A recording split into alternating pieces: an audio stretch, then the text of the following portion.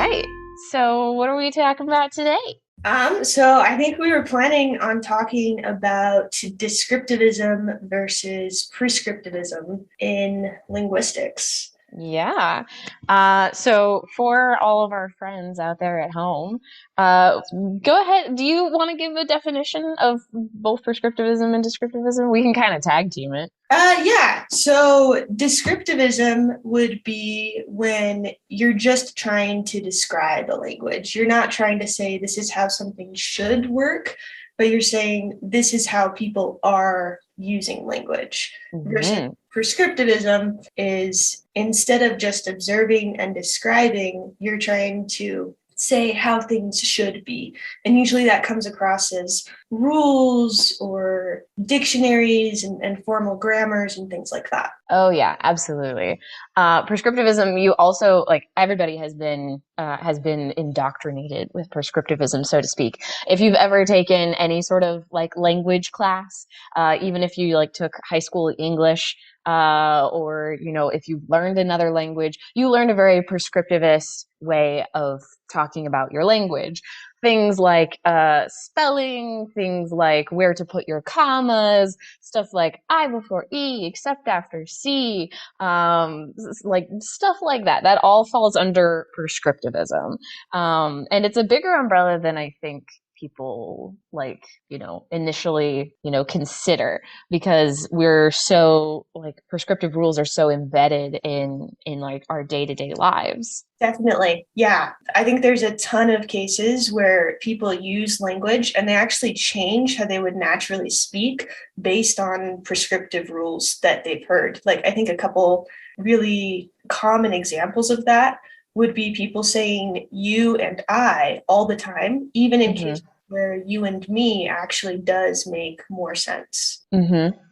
Yeah, absolutely. There's been I think that's a really good example, and I'm trying to think of another one. But there's a bunch of them where people are like, "Oh no, this is the proper way to say it," or things like they say not to split your infinitives, but everybody does. Like everybody splits their infinitives all the time. And so when someone is speaking properly, they might like try not to split their infinitives. But it's like, no, like splitting your infinitives is perfectly natural. Yeah, Right. people will modify their language to try and fit prescriptive rules, and you kind of end up sounding a little funny, if you ask me, Yeah. because that's not actually how language works.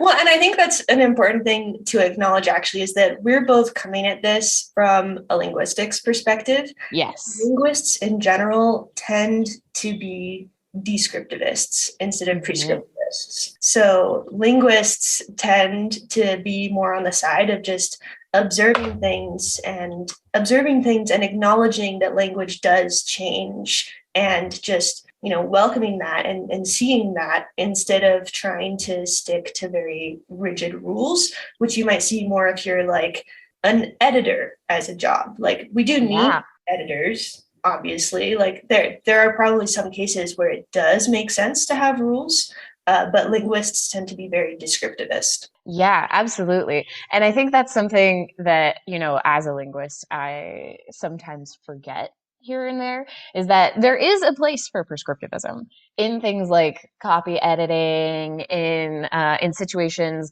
like communication, especially like formal communication. We do need some of those like rules, so we can like communicate better when we're not speaking. That's the thing, is like a lot of descriptive stuff usually comes from our natural speech, whereas like prescriptive stuff, we definitely need it, especially when we're communicating in something other than speech. So like writing is one of those places where you definitely need prescriptive rules.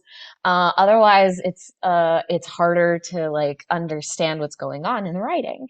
Right. And so even linguists who like to be purely prescriptivist, purely descriptivist, pardon me, we still have to follow prescriptive rules whenever we're like writing research papers and stuff because it, otherwise, how are people going to understand your work? So Right. like That's definitely something that I have to kind of keep in mind when talking about prescriptivism is that there is a place for it. But there are some downfalls to it too. Yeah. And like we can go a little bit maybe into what a couple of the downfalls are broadly and then dive in a bit Yeah. more into some areas. A couple of the downfalls that I think stand out, we kind of touched on a little bit in our last episode, or mentioned in passing actually, how language prestige can be Hmm. problematic. And one of the issues with prescriptivism is that someone has to decide what the rules are. Yeah. And you're deciding on how one dialect does things over how another dialect might do things sometimes. And so this can lead to a language prestige issue where you're actually, judging one person's language to be superior to another person's, maybe arbitrarily. Hmm. Yeah, no, absolutely. You think about the phrase, history is written by the victors, right? Dictionaries are the same way. Uh, dictionaries, textbooks about language, stuff like that. It's all written by the like dominating force of the language. When you study Spanish, you don't often study Colombian Spanish, Mexican Spanish, like different varieties of Spanish. You study Spain Spanish because Spain is the one that brought the language over to all those other places in the first place. Same with French. When you study French in school, you learn Parisian French because that's the most prestigious form of French, even though French has definitely like grown far beyond just Paris, France.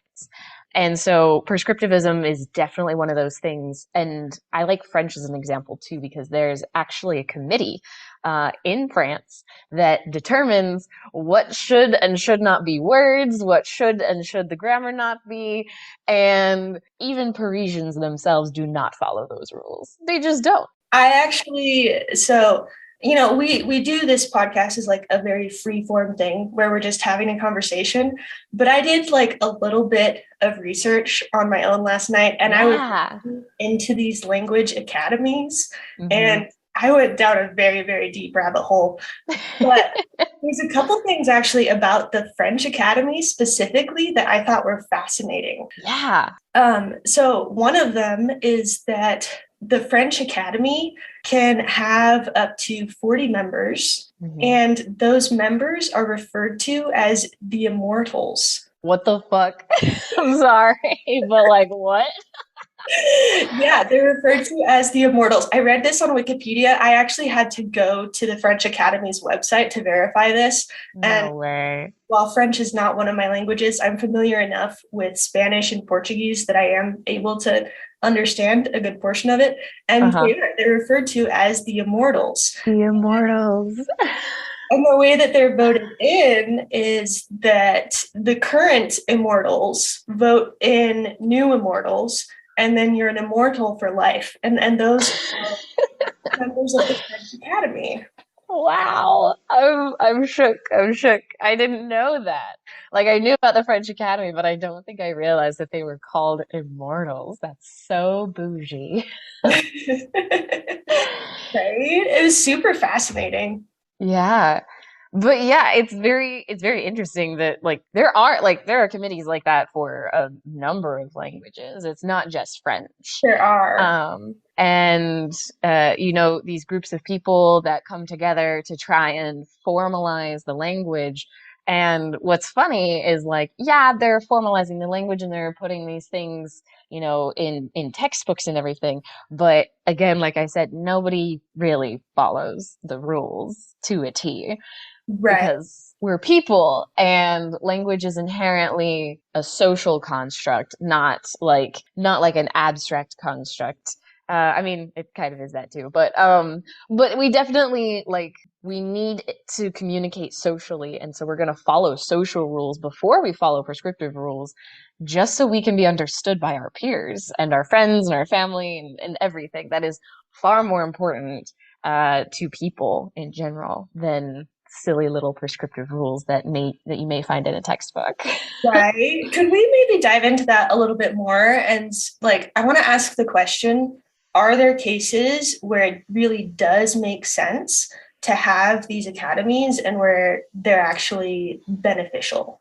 Yeah, that's a good question. There's a few that come to mind for me, Yeah. that are at least interesting, I think, to discuss. I'm not saying that they're definitely one way or the other, but I think a really interesting example is the Hebrew Academy, Oh, because Hebrew is a revived language, right? yeah. It's basically brought back from the dead. And I think it would be impossible to do that without larger organizations, having an impact and helping lead the way. Absolutely. And I think we can say the same thing for any Native American language, or for any like Australian language, languages where maybe colonists came in and essentially, stripped people of their language for the sake of, nationalism or whatever. And we need to revive that language. Then committees definitely are super important in trying to revive those languages. They definitely function differently than like the French one, for example, where French is trying to maintain purity, whereas others are trying to, revive an entire language. So they function, I think, a little bit differently, but I would agree with, especially in that instance when we're talking about language death and stuff. Those committees are terribly important and do have to be somewhat prescriptivist because they're a lot of them are working off of like prescriptive material as well. So and because you don't have like native speakers, like natural speakers to work from, you kind of just have to take what you can get and run with it. And then once you get the language revived again and you get some native speakers, then you can start building a more descriptive grammar of what's going on. But yeah, you definitely need some of that to at least get started.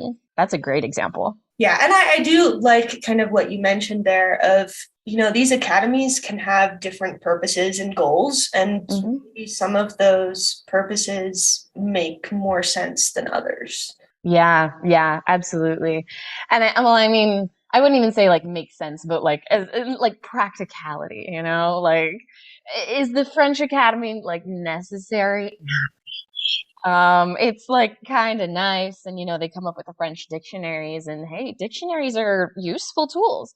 That's one thing is that it is like a useful tool to have a dictionary. Is it the most accurate all the time? Is it the most useful all the time? Anyone who's used like a dictionary that's like a English to German or English to French would know that you can't just use the dictionary because most people don't speak like a dictionary does. So, yeah, like in terms of practicality, they have their moments. They have their moments, but they definitely have their shortcomings. Right. Another thing, actually, I think the French Academy does this. One of their goals is to advocate for neologisms over loanwords. So Oh, yeah. instead of, like, an example of a loanword in English is you might hear people say Schadenfreude, which is Hmm. actually a German word that we've brought into the language, or the word cliche Hmm. is not natively English, but it's become part of our language. So some of these academies try to, instead of just bringing in foreign words, actually create their own words that make more sense with the morphologies of their languages. Yeah, no, French is huge on that. There were like I remember when I was studying French, my professor was like, "Yeah, this is the way that they want you to say it. Like cell phone, for example, is like téléphone mobile or something like that. But like the French don't actually like use that. They use the anglicized word. And I feel like this kind of gets into a little bit of a into a bit of a tricky spot because it's like, okay, should we prefer neologism? Should we prefer like new words that the language itself creates? And are loan words bad? If you ask me, loan words are great. And Right. loan words are a natural part of language development and spreading. Like English would not exist if we didn't have loan words, if we didn't borrow from other languages. Yeah, that's definitely a great point. And I personally am not against loan words at all. I don't want to represent it that way. Uh-huh. But I do think there is also a place to say, for example, especially with English right now, there's a lot of really big American companies, for example, like Disney, that have a massive impact worldwide that wouldn't have been possible a couple centuries ago. And so I think you could ask, are we accidentally being imperial in a way with our language just because of, globalization and the way that things spread, like how English is becoming so widely used? Could we be accidentally overriding other languages? Like I think there are cases and languages where it makes sense to fight back and say, hey, we don't want to become English. Yeah, absolutely. I definitely understand that perspective, and maybe we can have a whole other episode talking about globalization and the spread of English because it's a little crazy. It's a little crazy. English is like is what we call the lingua franca, which is kind of funny because that literally means French language. But but it's the language that we use. It's the term that we use for the language that we use on a global scale to like communicate with each other. So like as Americans, we can often go to other countries and we can say, "Do you speak English?" And a lot of people will respond to you in English because that is kind of the language that everybody has learned. You've got to use when when you're communicating across international borders. And so it's definitely an issue, and can be super problematic to just acquire a bunch of loan words from English, and have that kind of slowly chip away at your native language. That has kind of happened in languages like Hawaiian, for example, where things have just gotten, so anglicized that Hawaiian is kind of dying. It's one of the endangered languages that people are working on. So it's definitely the loan words are great and they are definitely a natural part of language development, but they do come with their own consequences. Yeah. So I just think that's a case where it's a little bit muddled. Like there are things that language academies do that could be seen as positive or negative, just depending on where you're coming from. Mm-hmm. Absolutely, absolutely. So I guess in terms of like in like wrapping up, so to speak, because we're kind of getting towards the end here. Prescriptivism is not a bad thing, but it's also not a great thing, especially when I mean, in my perspective, and you can share yours as well, EJ, especially when you are trying to enforce certain things on somebody and saying, you are incorrect, you are wrong, you are bad, attaching morality to someone's grammar and their choice of words. That's where I take a big issue with prescriptivism. Definitely. I don't know if you have a few more minutes. There's actually one thing I think would be interesting to dive Yeah, let's go for it. a little bit more. So, one thing that I think is really interesting is sometimes we end up with accidental prescriptivism. And I'll just give a couple examples of that. So, for instance, you have dictionaries that are written with the goal of being descriptive and just describing how these words are currently used. But then people pick up those dictionaries and start using them prescriptively and saying, Yeah. well, this is in a dictionary, therefore, this is how it should be used. And I think one other interesting example that I wanted to bring up, and this is kind of a classic example of a prescriptive rule, is don't end your sentences with a preposition. Yeah. So, like when you ask, where are you from? That's obviously good English. Like, that's one of the first sentences you should learn in the language, but it ends with a preposition. Mm-hmm. And the interesting thing about that one is that there was a bishop named Robert Loth a few centuries ago who wrote like a grammar book, and he personally disliked ending sentences with a preposition. But he also wasn't of the opinion that this should be a rule for everyone. And he also wasn't the first person to say it. But it is Right. applying Latin grammar to a Germanic language is another way I've heard this rule being described. Yeah. But so he wrote that he had this opinion in a book. And then the writers of like grammar textbooks for kids in schools grabbed onto that and said, this is a rule. And Yeah. so it like accidentally became something prescriptive that's like super prevalent in our language today. Yeah, yeah. It's funny how like we said, history favors the victors, and sometimes stuff like that just like sticks, and it just becomes so outdated and so like nobody talks like that. Nobody writes like that. Like it's one of those things that we should probably just get rid of, but stuff gets so embedded and you get people who really like fight for stuff like that, and it's harder to get rid of than you think. Yeah, I guess a question I wonder if you have any thoughts on is, while you're doing linguistic work and if you are describing things, is there a way to prevent that from being used prescriptively in the future? Good question. So in the world of linguistics, at least the work that I'm doing and my peers are doing, we're often working in such a way that, we try to be as descriptive as possible. And in doing so, we also have to kind of like follow some scientific conventions. The I think the issue is less of our work becoming prescriptive work as seen by the public and more of our work being seen as prescriptive work by our peers, where maybe we gathered some data or have done an analysis or have seen a pattern, and then someone looks at our work and assumes that that pattern still exists, Right. or that that is just how things are in the language and that the language just has not changed.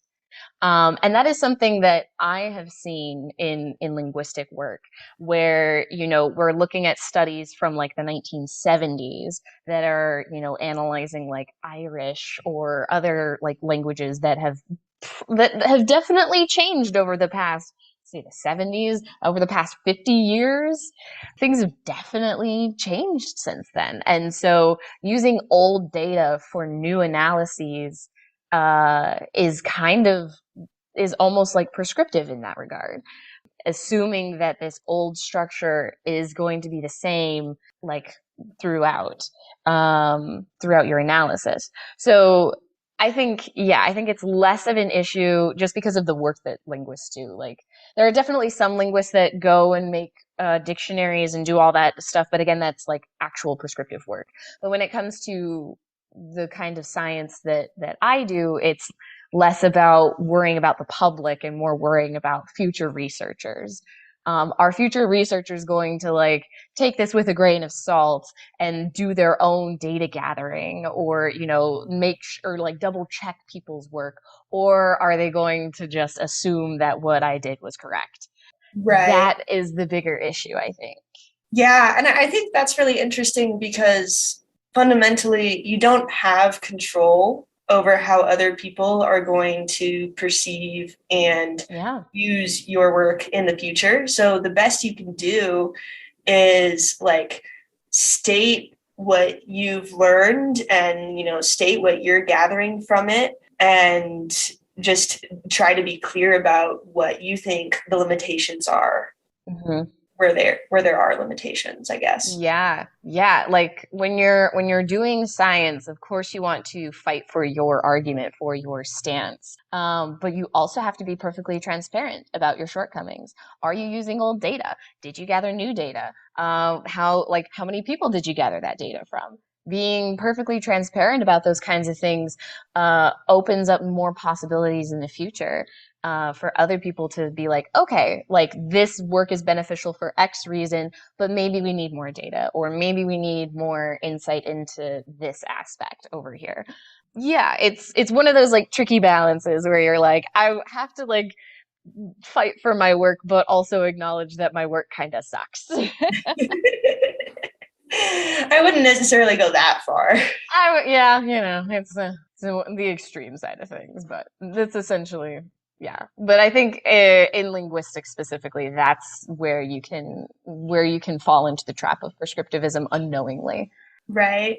Yeah, I guess maybe what I would challenge our listeners to watch out for is like look out for times when people say that language should be a certain way, Yeah. and maybe just question why that is and where it's coming from. hmm And I mean, that can be anything from the grammatical structure all the way up to pronunciation. You should say something like this instead of like that. It goes on all accounts, or you should say this in a certain situation instead of that. Definitely. Like pragmatically and stuff. So it's going to be everywhere throughout language, and those big shoulds are can be problematic and harmful. If you think about like people who are learning English for the first time and outside of the classroom you're saying, oh, you should say it like this instead of like that. In some ways that's, they might want to be corrected, but I had a couple of students personally who were like, I don't like it when people correct my pronunciation because I choose to sound the way I do to show where I'm from. I like my like dialectal identity, and so I don't want to change my accent. So it's one of those things where it's like if you're in that kind of situation, like ask the person like, hey, did you want to be corrected on that, or did you mean to say it this way, instead of just being like, you should have said it that way. Right. That's a Yeah. great point. And I think that's like a good thing to keep in mind. Other people are coming from other backgrounds. Even with English, like there's different sayings and ways of using grammar even that are accepted in some places in the US and not in other places in the US. So like you should really be careful about, judging anyone just based on them speaking differently than you do. Yeah, absolutely. It's one of those things about, kind of just go, I mean, for me, I'm like, it's just a matter of being kind and being understanding that communication shouldn't be about us versus them. Communication is a dance, and it should be about collaboration and cooperation. And so understanding someone else might speak things differently than you does not mean they're better or worse. It just means it's different. I think that is a beautiful note for us to end on. Thank you so much, EJ, and thank you so much, everyone here in chat today. We super appreciate you being here. We will be back probably next Saturday, unless other situations arise, with episode 3. And thank you so much, everyone. Thank I you. hope you all have a great day.